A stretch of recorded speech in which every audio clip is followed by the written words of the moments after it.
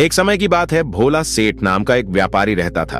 एक समय उसकी गिनती शहर के सबसे अमीर व्यापारियों में होती थी, लेकिन अब वह केवल नाम का सेठ रह गया था। उनका बिजनेस बंद होने की कगार पर था। उस पर बहुत कर्ज था, उसके दिन बहुत गरीबी में कट रहे थे और उसकी इस हालत का कारण उसका स्वभाव था। वह बहुत ही शांत और सौम्य व्यक्ति था। वह किसी की भी बात पर बहुत आसानी से विश्वास कर लेते थे, इसीलिए उसे मूर्ख बनाना बहुत आसान था। चतुराई उसके अंदर नहीं थी और उसके सरल स्वभाव का फायदा उठाकर लोगों ने उसे इस हालत में पहुंचा दिया था। उनके कुछ चतुर दोस्तों, रिश्तेदारों और अन्य व्यापारियों ने उनके खिलाफ साजिश रची। उन्होंने उसे अपनी बातों में फंसाकर ऐसा बिजनेस करवाया जिसमें उसे सिर्फ घाटा ही हुआ। भोला सेठ इन चालाकियों को समझ नहीं पा रहा था, लेकिन अब जब वह टूट गया तब उसे अपनी गलतियों का एहसास हुआ। उसे लोगों द्वारा दिए गए धोखे के बारे में पता चला और जिन लोगों को वह अपना समझता था उनकी सच्चाई सामने आ गई। भोला सेठ अब दिन भर धोखे और अपनी हालत के बारे में सोचता रहा और खुद को कोसता रहा, जिसके कारण अब उसके दिन बहुत तनाव और उदासी में बीत रहे थे। उसकी पत्नी से अक्सर झगड़े होते रहते थे। उसके घर पर कर्ज मांगने वालों की भीड़ रोज आती रहती थी। वह खुद को लोगों से छुपाता था। एक दिन अपनी हालत से परेशान होकर उसने आत्महत्या करने का फैसला किया और वह आत्महत्या करने के लिए एक पहाड़ी की ओर चल पड़ा। लेकिन रास्ते में उसे एक महात्मा का आश्रम दिखाई दिया। आश्रम में बहुत शांति और सुकून था। सेठ ने देखा कि महात्मा के सामने कुछ लोग बैठे हैं और उनसे अपनी समस्याओं का समाधान पूछ रहे हैं। यह देखकर सेठ को भी जिज्ञासा हुई। उसने आश्रम से बाहर आ रहे एक व्यक्ति को रोका और महात्मा जी के बारे में पूछा। व्यक्ति ने व्यापारी से कहा कि वह महात्मा आसपास के सभी कस्बों और गांवों में अपनी बुद्धि के लिए बहुत प्रसिद्ध है। वह लोगों की बड़ी बड़ी समस्याओं को अपनी बुद्धि से आसानी से सुलझा देता है। यह लोगों के मन की बात जानने और उनके झूठ को पकड़ने में माहिर है, क्योंकि इसने मानव स्वभाव के बारे में गहराई से अध्ययन किया है और इसे समझने में महारत हासिल कर ली है। यह किसी को भी अपनी बात पर सहमत करने के लिए चुटकुलों का खेल है, इसीलिए उन्हें चतुर संत कहा जाता है। यदि आपको कोई समस्या हो तो आप उनसे समाधान पूछ सकते हैं। यह कहकर वह व्यक्ति चला गया। इसके बाद वह व्यापारी चुपचाप महात्मा की भीड़ के पीछे बैठ गया और अपनी बारी का इंतजार करने लगा। शाम को सारी भीड़ चली गई। सेठ की बारी थी। उसने महात्मा को प्रणाम किया और दुखी मन से अपनी सारी घटना बताई। महात्मा ने सेठ की बात बहुत ध्यान से सुनी और फिर शांत स्वर में उत्तर दिया। इंसान को इतना भोला नहीं होना चाहिए कि हर किसी की बातों पर विश्वास कर ले और जो दूसरे लोग कहें वही करना शुरू कर दे।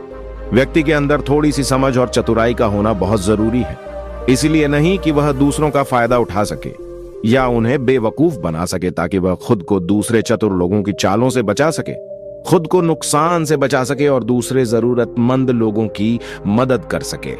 आज मैं आपको समझाऊंगा कि आप लोगों से जो चाहते हैं वह कैसे प्राप्त कर सकते हैं। तुम्हें कुछ तरीके सिखाऊंगा जिसका उपयोग आप लोगों और परिस्थितियों को नियंत्रित करने के लिए कर सकते हैं। आज आपको यह भी पता चल गया कि धोखेबाज लोगों को कैसे पहचानें और उनसे खुद को कैसे बचाएं। ऐसे बन सकते हैं आप एक साधारण इंसान से समझदार इंसान।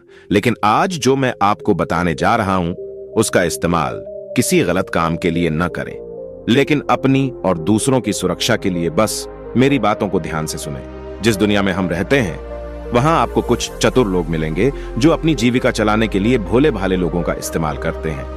अब आप इन लोगों को कैसे पहचानते हैं जो अधिक बातें समझाते हैं?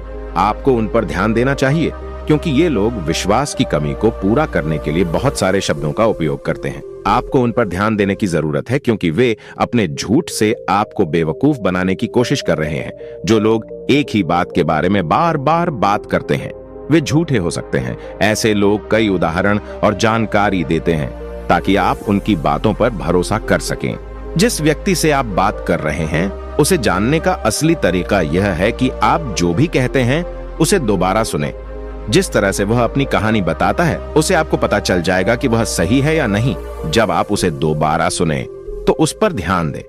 दोनों बार एक ही कहानी या नहीं। दूसरी बात, यदि आप किसी ऐसे व्यक्ति को जानते हैं जो दूसरों से झूठ बोलता है तो कभी भी उस पर भरोसा न करें, क्योंकि जो व्यक्ति दूसरों से झूठ बोलता है वह निश्चित रूप से आपसे भी झूठ बोलेगा। साथ ही आपको ऐसे लोगों से सावधान रहना चाहिए जो दावा करते हैं कि उनके पास पहले बहुत पैसा था जो अब डूब गया है, जिससे पता चलता है कि आप जिससे बात कर रहे हैं वह झूठ बोल रहा है। हाँ, ऐसा हो सकता है कि एक बार उसके पास बहुत पैसा था लेकिन अब वह दिवालिया हो गया है। बुद्धिमानी इसी में है कि ऐसे व्यक्ति को कभी भी पैसों से समझौता नहीं करना चाहिए। जो व्यक्ति खुद पैसों को संभालने में कमजोर हो, उस व्यक्ति से सलाह लेना बुद्धिमानी नहीं है। आपको अयोग्य लोगों से भी सावधान रहने की आवश्यकता है, क्योंकि यदि कोई व्यक्ति महत्वपूर्ण चीजों की देखभाल करने में सक्षम नहीं है तो ऐसे लोग अपने व्यवसाय या काम को संभाल नहीं सकते हैं। एक सच्चा समझदार व्यक्ति अपनी जरूरी समस्याओं पर अधिक ध्यान देता है, बेकार चीजों पर नहीं। एक और वांझो व्यक्ति हमेशा अपनी बात दोहराता है और बात बात पर कसम खाता है।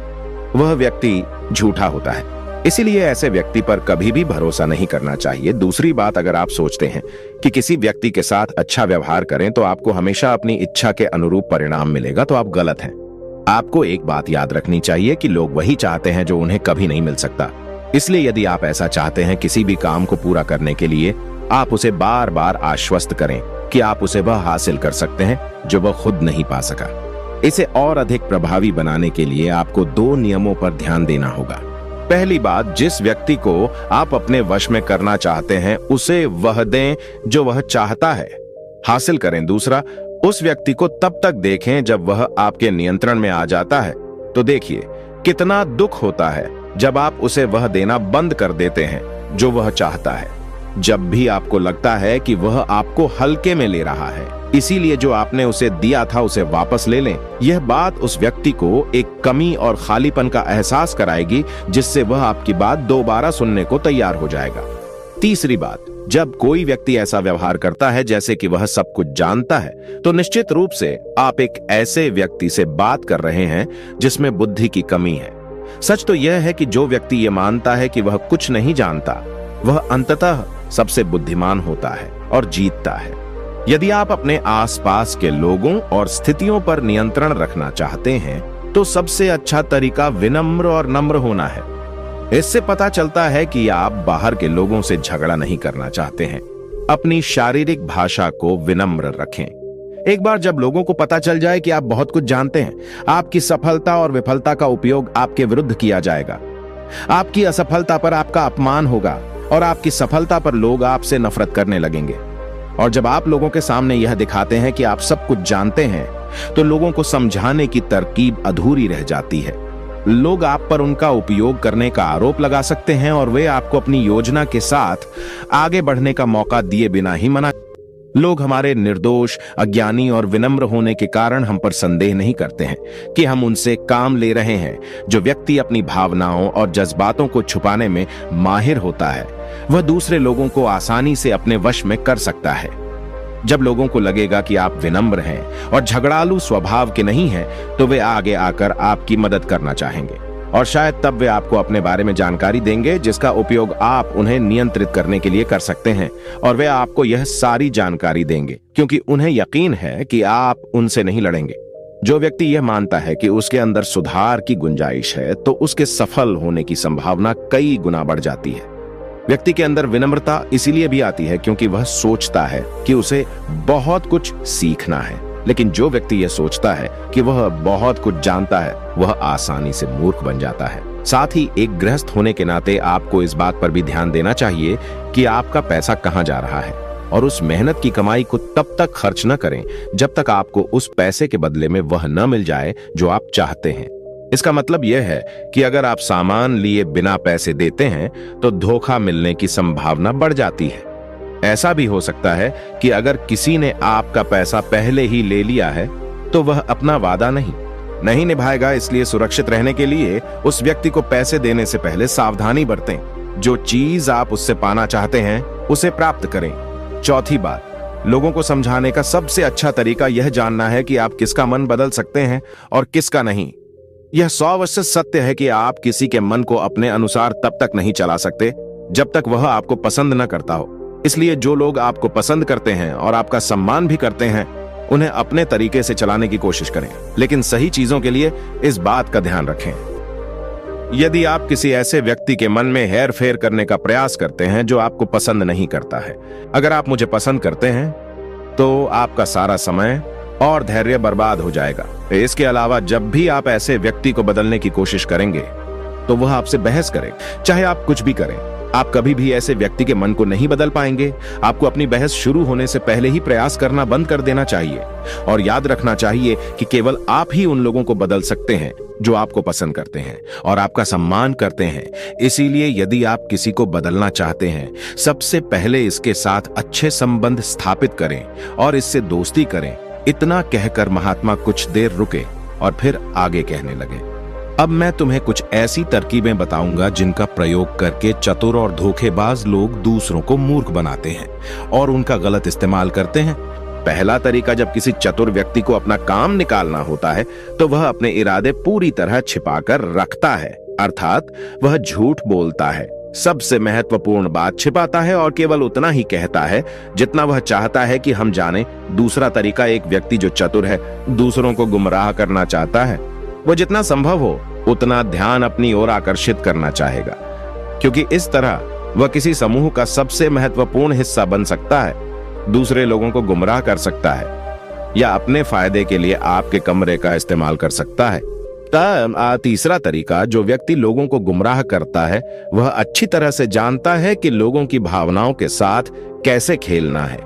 वह अलग अलग मौकों पर अपने लाभ के अनुसार अलग अलग भावनाएं व्यक्त करता है, लेकिन केवल दिखावा करने के लिए। कभी कभी वह बहुत क्रोधित होगा, कभी कभी वह बहुत विनम्र होगा, कभी कभी वह बहुत मिलनसार होगा और कभी कभी वह बहुत उदास रहेगा। जिस व्यक्ति से उसका काम निकलेगा वह उसके साथ वैसा ही व्यवहार करेगा। चौथा तरीका, धोखेबाज व्यक्ति सिर्फ अपने लिए सभी की सहानुभूति पाने की कोशिश करता है। सभी उसे सबसे गरीब समझते हैं।